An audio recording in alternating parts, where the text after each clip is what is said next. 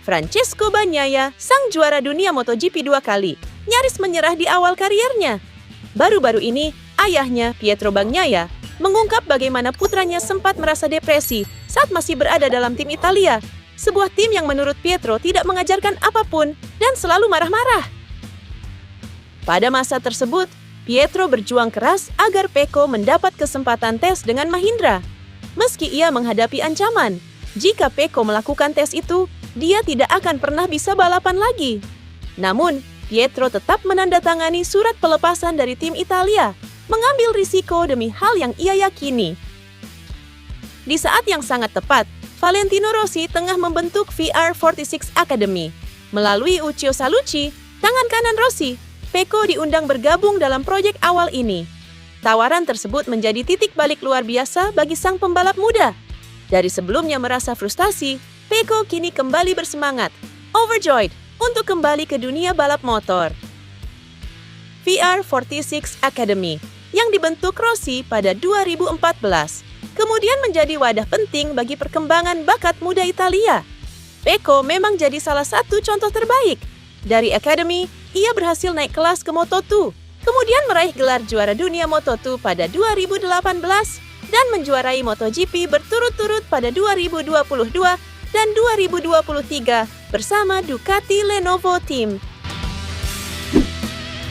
MotoGP melakukan langkah teknologi penting melalui pembaruan perangkat lunak ECU atau Electronic Control Unit yang kini menyertakan fitur Stability Control atau juga dikenal sebagai Slide Control yang akan digunakan mulai dari Grand Prix Austria akhir pekan ini. Sejak 2016, semua tim MotoGP menggunakan satu set ECU terpadu untuk menyatukan teknologi seperti traction control, engine braking, dan launch control. Namun, traction control tradisional dirancang untuk mengendalikan selip roda saat kondisi stabil, namun tidak cukup efektif ketika motor dalam kondisi miring atau lean angle. Dampaknya, sistem ini bisa saja memotong torsi terlalu kuat saat sebenarnya rider memerlukan selip yang terkontrol, atau sebaliknya gagal memotong torsi saat dibutuhkan. Keduanya dapat menyebabkan high side. Lalu, bagaimana cara kerja fitur baru ini? Fitur Stability Control menambahkan pengukuran parameter penting, seperti tingkat sideways movement, relatif terhadap momentum ke depan, dan lean angle. Saat sistem mendeteksi adanya selip berlebihan, terutama di sudut kemiringan tinggi, ECU akan secara selektif mengurangi torsi mesin demi menjaga kestabilan, mencegah kemungkinan high side.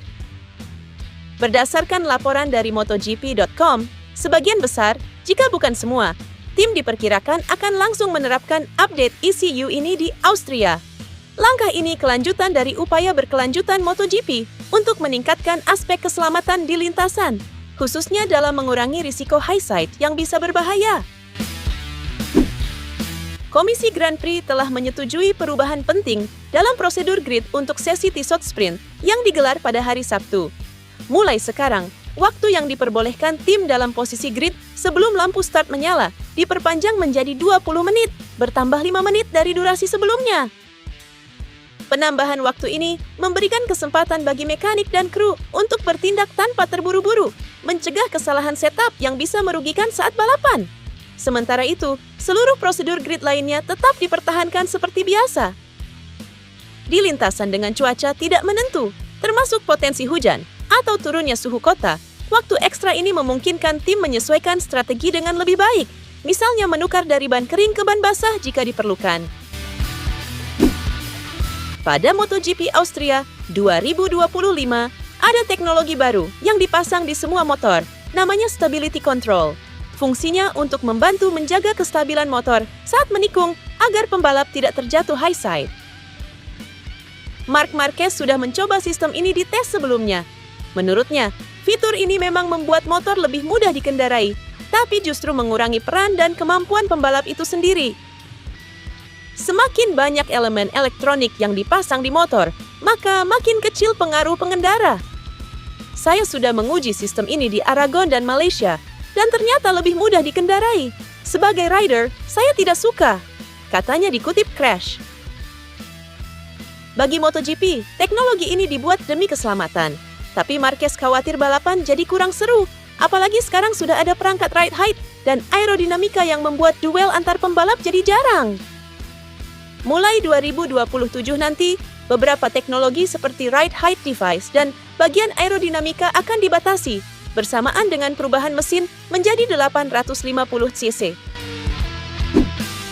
Di sisi lain, Aprilia mendapatkan sedikit angin segar dari pembaruan teknologi elektronik di MotoGP. Marco Bezzecchi menyebut fitur stability control baru ini bisa membantu Aprilia untuk mendekati rival-rivalnya yang lebih unggul seperti Ducati. Dalam kasus kami, sistem ini bisa membantu. Kami sedang bekerja untuk memperbaiki performa, dan ini bisa membantu kami mencoba mengejar pabrikan lain, katanya. Ia juga menyadari adanya efek samping dari kontrol elektronik yang semakin canggih. Menurutnya, walau fitur elektronik membuat peran pembalap sedikit berkurang, pada akhirnya skill rider tetap akan menentukan setelah semua tim menemukan setelan terbaik. Bezzecchi juga mengakui musim 2025 berjalan sulit bagi Aprilia, terutama di awal dan saat tes pramusim. Namun ia optimis, dengan kerja keras dan teknologi baru ini, Aprilia bisa makin kompetitif di sisa musim. Pembalap muda Indonesia, Fadilah Arbi Aditama, resmi membela Honda Tim Asia dalam Moto3 Austria di Red Bull Ring akhir pekan ini. Rider lulusan Astra Honda Racing School diminta menjadi pengganti sementara pembalap Thailand, Tachakon Buasri. Bahu kanan Buasri diketahui terkilir akibat kecelakaan dalam balapan di Sachsenring, Jerman, pada tengah Juli lalu. Cedera ini juga memaksanya absen dari seri Ceko. Pada awal Agustus, ia menjalani operasi dan belum pulih sampai sekarang. Alhasil, ia harus absen lagi dari seri Austria. Honda Tim Asia pun memilih Arbi untuk jadi penggantinya. Saat ini, Arbi sedang membela Astra Honda Racing Team di kelas Asia Production 250 dalam Asia Road Racing Championship 2025. Arbi juga tengah memimpin klasemen pembalap dengan 104 poin usai meraih 3 kemenangan. Arbi sempat menggebrak kancah balap motor internasional usai menjadi rider Indonesia pertama yang merebut kemenangan di Junior GP, tepatnya di sirkuit Barcelona, Catalunya, Spanyol pada Juli 2023. Hasil ini membuatnya mendapatkan jatah wildcard di Moto3 Mandalika 2023. Pada 2024, ia kembali mendapatkan 3 wildcard di Moto3, yakni di seri Catalunya, Aragon, dan Mandalika. Pengalamannya di Moto3 pun membuat Honda Tim Asia dan Honda Racing Corporation meyakini bahwa ia merupakan pengganti yang tepat selagi Buasri fokus pada pemulihan